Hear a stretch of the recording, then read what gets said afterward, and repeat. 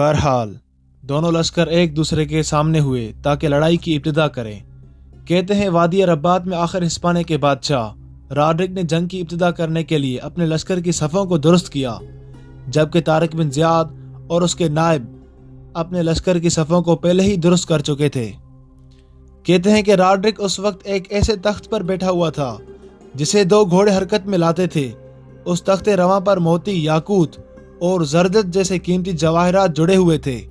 उस वक्त उसके ज़ेर कमा इंसानों का एक जंगल था। हर तरह के असले से आरास्ता वाफिर ज़ख़ीरा, रसद व दीगर ज़रूरियात का सामान भी उसके पास मौजूद था। उसके लश्कर के पीछे बार बरदारी के जानवरों पर बेशुमार रस्से लदे हुए थे। ये रस्से रॉड्रिक इसलिए अपने साथ लेकर आया था कि जब वो जंग के दौरान फतह हासिल करेगा तो इन रस्सों के जरिए मुसलमान कैदियों को बांधकर अपने मरकजी शहर की तरफ लेकर जाएगा। उसके साथ ही उसके उमरा, जागीरदार और दूसरे अराकीन सल्तनत भी अपने खेमों के सामान में सोने व चांदी के बर्तन और ज़र व जवाहरात भी ले आए थे। उनको यकीन था कि मुट्ठी भर मुसलमानों के मुकाबले में उन्हें फतह हासिल होगी, लिहाजा ये सारी चीज़ें फतह का जश्न मनाने के सिलसिले में काम आएंगी। ये तो हिस्पानिया के बादशाह रॉड्रिक के लश्कर की सूरत हाल थी।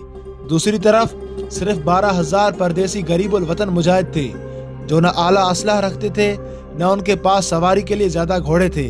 वो ज़रें लगाए, सफ़ेद इमामे बांधे, हाथों में अरबी कमाने लिए कमर में तलवार लटकाए और बगलों में नेज़े दबाए खड़े थे।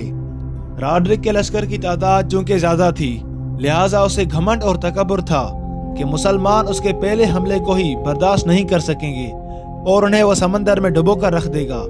इसलिए कि उसे खबर हो चुकी थी कि मुसलमानों के सालार आला ने उन जहाज़ों को आग लगा दी है जिनसे वो हिस्पानिया पहुंचा था।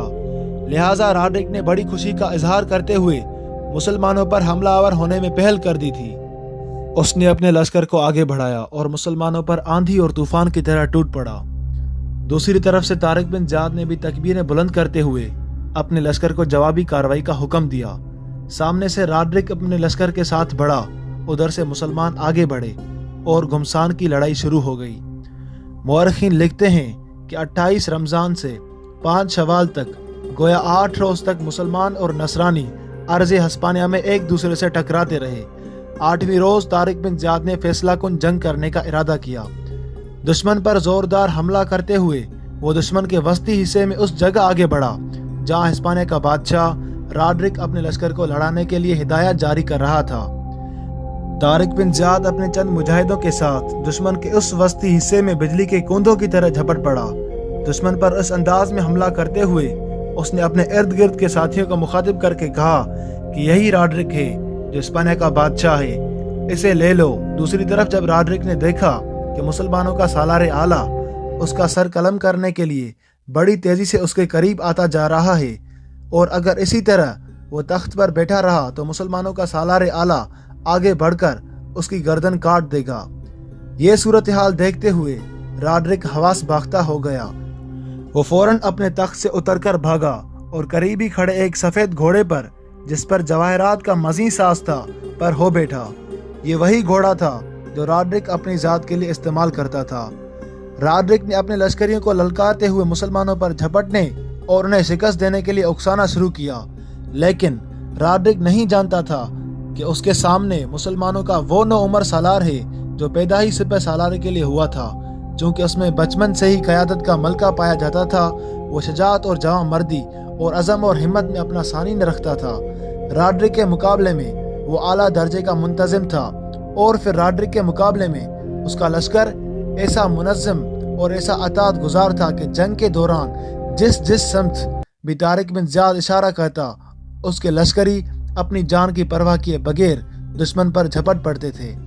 तारिक बिन ज़ियाद खुद मैदान जंग में सबसे पहले कूदता था और हर खतरे में सबसे पहले खुद अपने आप को पेश करता था। उसे जंग करते हुए देखकर दुश्मन दंग रह गए थे। उसकी बेमिसाल जंगी मंसूबा बंदी को वो मान गए थे, इसलिए कि जंग के दौरान भी वो ऐसे मंसूबे बनाता था कि दुश्मन हैरान और शशदर रह जाते थे। मैदान जंग में उसके लड़ने का तरीका निराला था। वो पैतरे बदल बदल कर लड़ता था और कदम कदम पर नई नई चालें चलते हुए दुश्मन को अपने सामने बेबस कर देने का हुनर जानता था। वो हमले में तेजी और शिद्दत का कायल था। ہر میدان میں مختلف طریقے سے جنگ لڑنا اور دشمن کے سارے اندازوں اور منصوبوں کو خاک میں ملا دینے کا ہنر وہ جانتا تھا۔ راڈرک مسلمانوں کے سالار طارق بن زیاد کی تیزی و چستی اور اپنے لشکریوں کو لڑانے کے ماہرانہ انداز کو دیکھ دیکھ کر دنگ اور پریشان ہو رہا تھا۔ جس وقت طارق بن زیاد راڈرک پر حملہ آور ہونے کے لیے آگے بڑھا اور راڈرک اپنے تخت سے اتر کر گھوڑے پر بیٹھ گیا، تب اس کی اس حرکت سے جہاں مسلمان لشکریوں کے حوصلے بلند تھے، وہاں اسے گھوڑے پر سوار ہو کر پشت کی طرف بھاگتے ہوئے دیکھ کر اس کے لشکریوں کے حوصلے ڈوبنے لگے تھے۔ اس موقع پر طارق بن زیاد نے زوردار انداز میں تکبیریں بلند کی، اپنے لشکریوں کو للکارا، خود بھی زوردار انداز میں حملہ آور ہوا۔ مسلمان مجاہدوں نے جب دیکھا کہ ان کا سالار اعلیٰ تکبیریں بلند کرتے ہوئے اور انہیں للکارتے ہوئے ان کے آگے آگے دشمن کی صفوں میں گھس کر موت کا کھیل کھیل رہا ہے، تب ان کے جوش، ان کے ولولے کی کوئی انتہا نہ تھی۔ سر پر کفن باندھ کر وہ بھی اپنی تلواروں کی بجلی اور برق گراتے ہوئے دشمن کو بڑی تیزی کے ساتھ کاٹنے لگے تھے۔ اس کا نتیجہ یہ نکلا کہ 12,000 مسلمانوں کے مقابلے میں راڈرک کے 1,00,000 سے بھی زائد بڑے لشکر کو بدترین شکست کا سامنا کرنا پڑا۔ راڈرک کے لشکر کے پیچھے دریا تھا۔ جب عیسائی پسپا ہوئے تب کچھ تو مسلمانوں کے ہاتھ مارے گئے، کچھ دریا میں ڈوب گئے۔ لوگوں نے ہسپانیہ کے بادشاہ راڈرک کو تلاش کرنے کی بڑی کوشش کی۔ اس کا زر و جواہرات سے مزین گھوڑا بھی ادھر ادھر بے بسی کی حالت میں بھاگ رہا تھا، لیکن وہ اپنے گھوڑے پر سوار نہیں تھا۔ لوگوں نے اسے تلاش کیا مگر وہ کہیں نہ ملا۔ کسی کو کچھ خبر نہ ہوئی کہ اس کا کیا انجام ہوا۔ جنگ کے دوسرے روز میدان جنگ میں راڈرک کی ایک جوتی اور اس کا گھوڑا ملا، لیکن اس کی لاش کا کہیں پتہ نہ چلا۔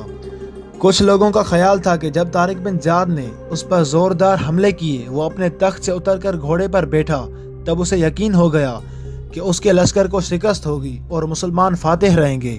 اسے یہ بھی خدشہ تھا کہ مسلمانوں کا سالار آگے بڑھ کر اس کی گردن کاٹے گا، لہٰذا وہ دریا کی طرف بھاگا۔ دریا کو پار کرنا چاہا لیکن دریا میں ڈوب مرا، جبکہ اس کا گھوڑا تیر کر باہر نکل آیا۔ مورخین کا خیال ہے کہ دریا میں ڈوبنے کے بعد اس کی لاش دریا میں بہتی کہیں سمندر میں چلی گئی، لیکن اہل اسپین کا یہ عقیدہ نہیں۔ وہ اس بات کو تسلیم نہیں کرتے تھے کہ راڈرک مر گیا ہے۔ جس طرح ایرانیوں کے ہاں سارس اعظم خسرو کی نسبت یہ خیال کیا تھا کہ وہ مرا نہیں بلکہ ایک مرتبہ پھر آ کے وہ ایرانیوں کی مدد کرے گا، اسی طرح اہل اسپین نے بھی اپنے بادشاہ راڈرک سے متعلق یہ روایت قائم کر لی کہ وہ جنگ میں زخمی ضرور ہوا ہے لیکن ہسپانیہ کے ایک جزیرے میں چلا گیا ہے، اور جب اس کے زخم مندمل ہو جائیں گے تو وہ واپس آ کر مسلمانوں کا مقابلہ کرے گا اور ان کو اندلس سے باہر نکالنے کی کوشش کرے گا۔ لیکن ایسا نہیں ہوا۔ راڈرک نہ کسی جزیرے میں گیا نہ وہ لوٹ کر آیا، بلکہ دریا میں ڈوب مرا اور اس کی لاش دریا میں بہتی ہوئی سمندر میں چلی گئی۔